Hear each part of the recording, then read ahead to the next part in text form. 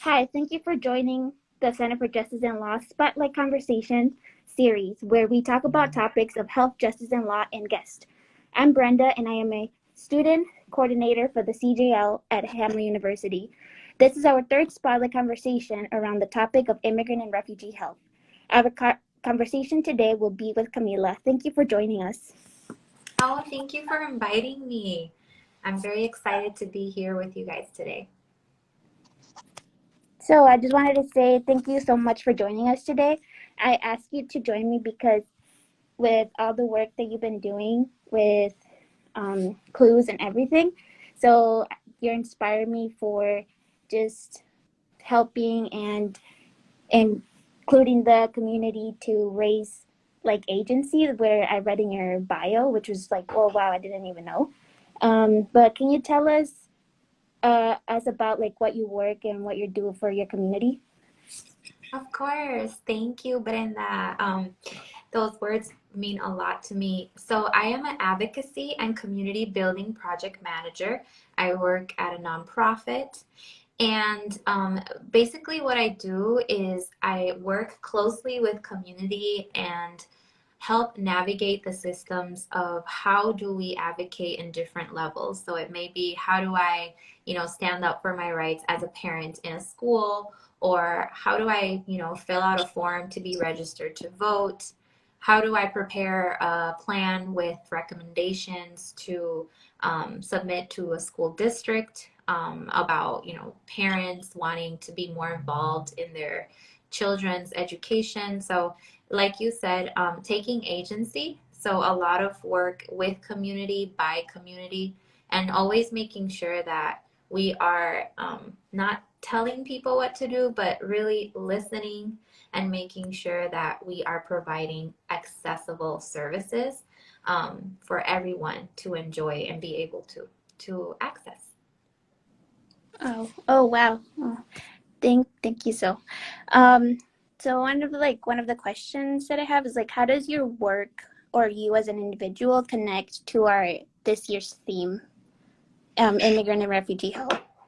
Or do you Oh, have a personal connection? Sorry, I interrupted you. oh no, you're fine. So what was the name of the series again? It's immigrant and refugee health.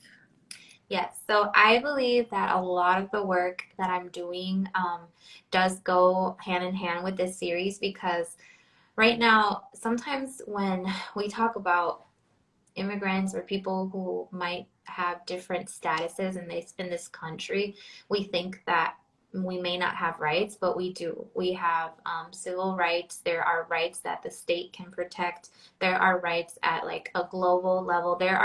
We have rights regardless of your status in this country. So a lot of the work that we've been doing, particularly, and my projects are like public charge.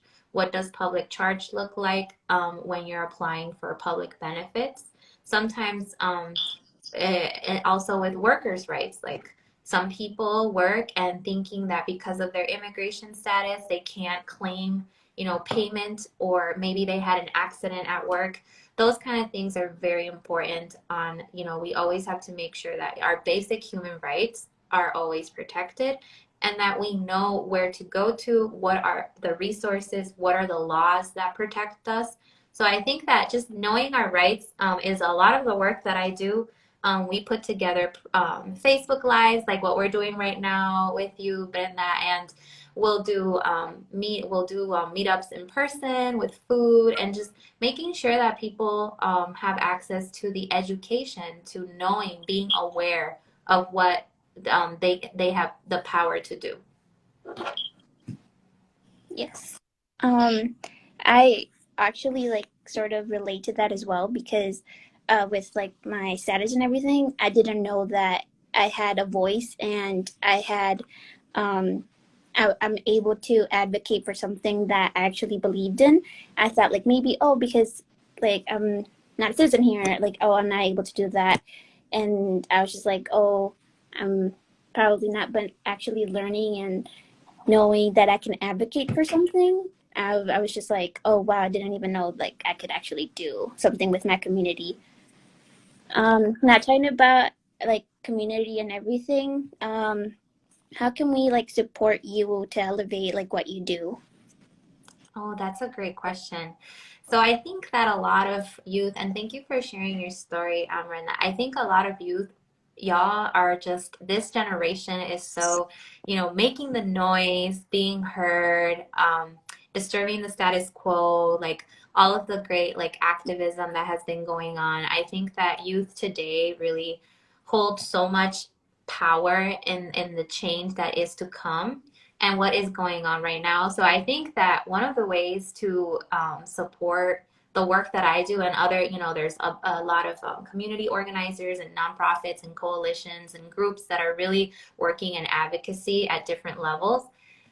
I think being involved is one of the best ways to, stay in the know. I know that sometimes like going to your, city council meetings or public forums might be boring, but when you don't know what's going on, I feel that the more you don't know or the more distance you are from what's going on, the less you can like contribute or say. So just being involved, right now you're involved in a student group, that is super important. Like get in extracurriculars, be part of committees.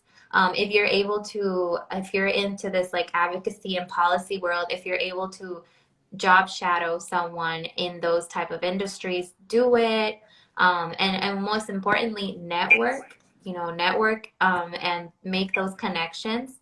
But yeah, like I said, like being involved, like a lot of people during the voting that went on, the voting season in November 2020, I remember a lot of people were like, oh, I can't vote. But I'm like, but you can be involved. Like, you can help us spread the word. You can drive people to the polls. You can help with like translation. So there's always a way you can be involved, regardless of your immigration status.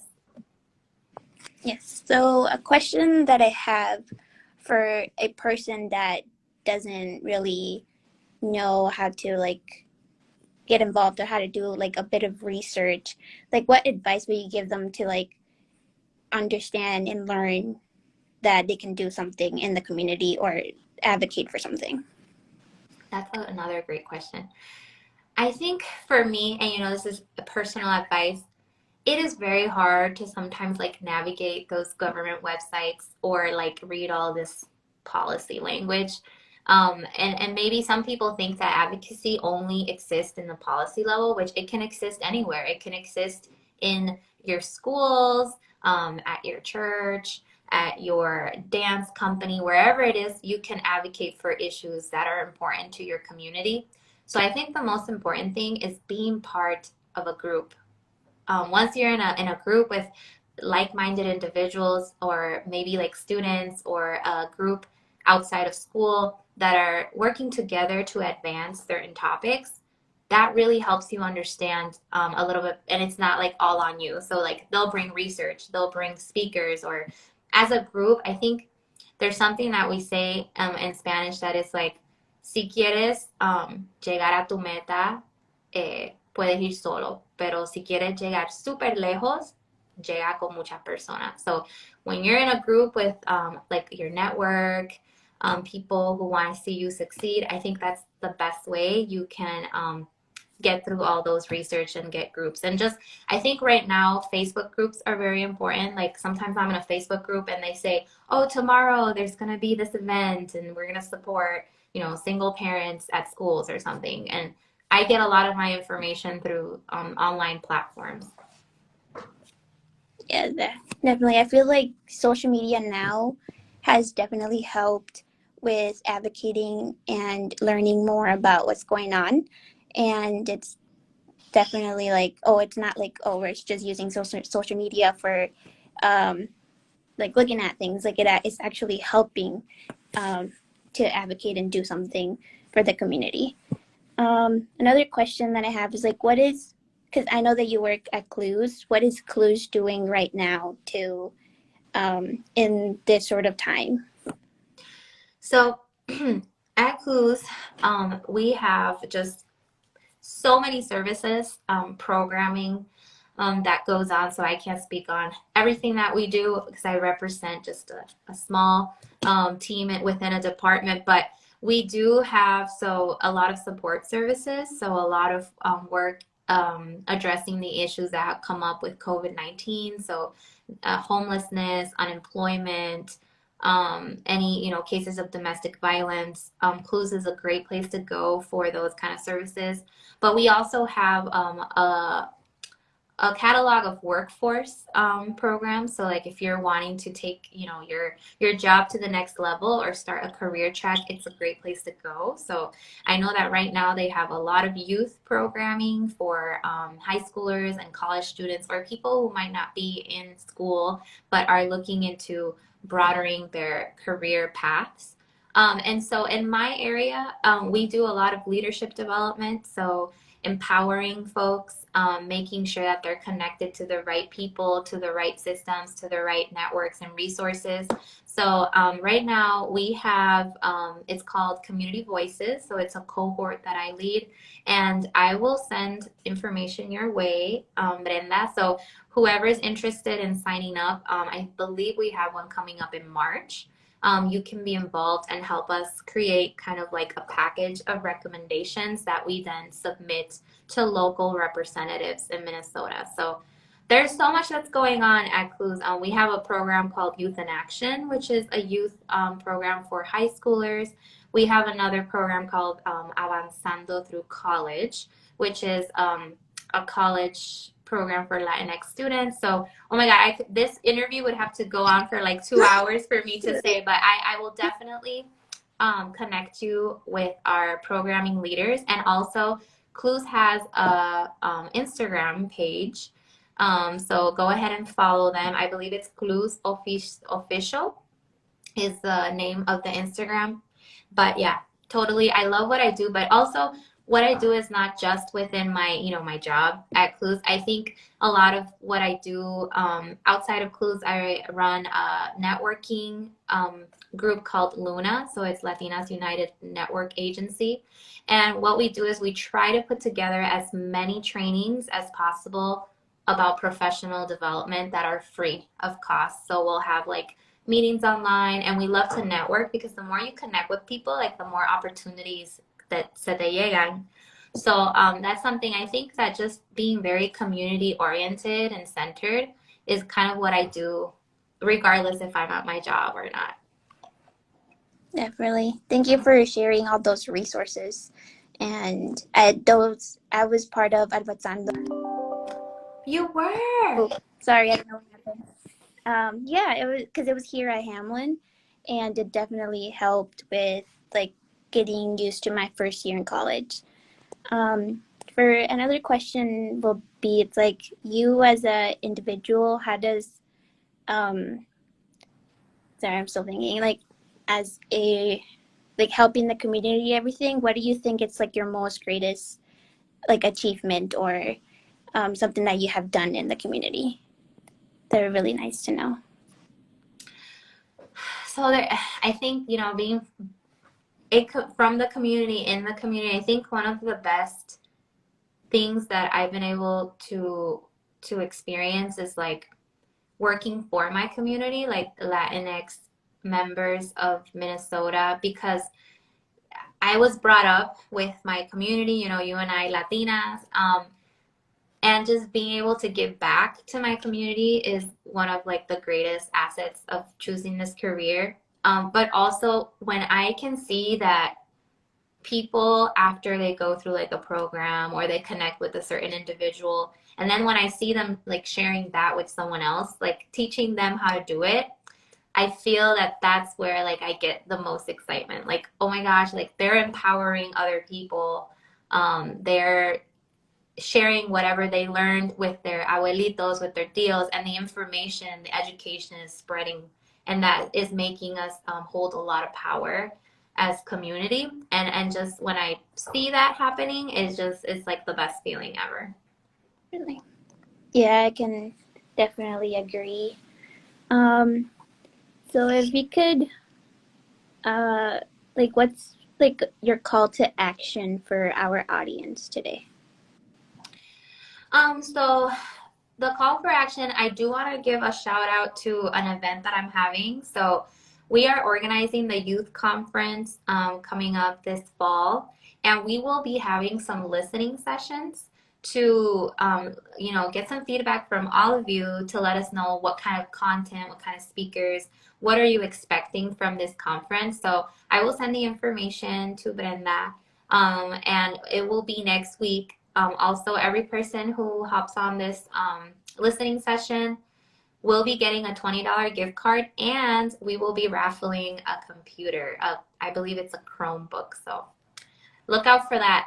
But my call for action is, just get involved, define what it is that you're passionate about. Be passionate about something. I mean, I don't care what it is, but just be passionate. Become a member in some type of group. Support someone, other than yourself, and ask questions, because and I know they say this in all of these panels and stuff, they'll be like, ask questions, don't be afraid. But to be honest, it's true, because sometimes when I didn't ask questions because I was scared or I thought someone was going to think something about me at that time when I was much younger, I realized that I missed out in so many opportunities. And so when I started asking questions like, oh, I want to go to Washington, D.C., but I don't have the money to go. Is there anything else? The counselor would be like, yeah, we have a scholarship of 5,000, things that maybe they wouldn't promote to you. So just ask questions. Like, if you want to do something, be like, okay, who do I have to talk to? How do I make this happen? Are there any certifications that I need to get to this? So I think my call for action would be just that, to be like, como que atrevido. I know some of us are introverts, or I'm definitely not an introvert. I'm an extrovert. But, just ask questions, and maybe it means like you're probably in a room with a lot of people. Maybe you can reach out to that person personally and be like, hey, can I have 5 minutes with you? And ask those questions, because you could miss out on a lot of opportunities and money. Yeah, that's definitely true. I'm a really introverted person, and just asking questions is kind of sort of intimidating. And that's like just listening, like just to ask questions. And now I'm trying to get out of my comfort zone to just I need to ask like these questions and not be scared to ask them. The same thing goes with researching and advocating and learning and critical think of like things that are like, oh, if there's something going on in your community, like what can I do to do something about it? One other question for you, it's so like, what do you want people to know about like what immigrant or refugee health, or any sort of other thing that you want people to know? So I want them to know that they're not alone, that, the Twin Cities is particularly known for, we sometimes feel like isolated, or, it's such a small Latino community here in Minnesota. So just know that we're here for each other. And one thing to know is that there are nonprofits in this state that specifically work with migrant communities. And, there are a lot of resources at no cost for people who are needing legal representation, or have questions about their status, or are needing to seek help in that area. So I think contact your nonprofits. So like, nonprofits are by the community for the community. It's particularly Latinx nonprofits. There's not so many in Minnesota, but we have plenty.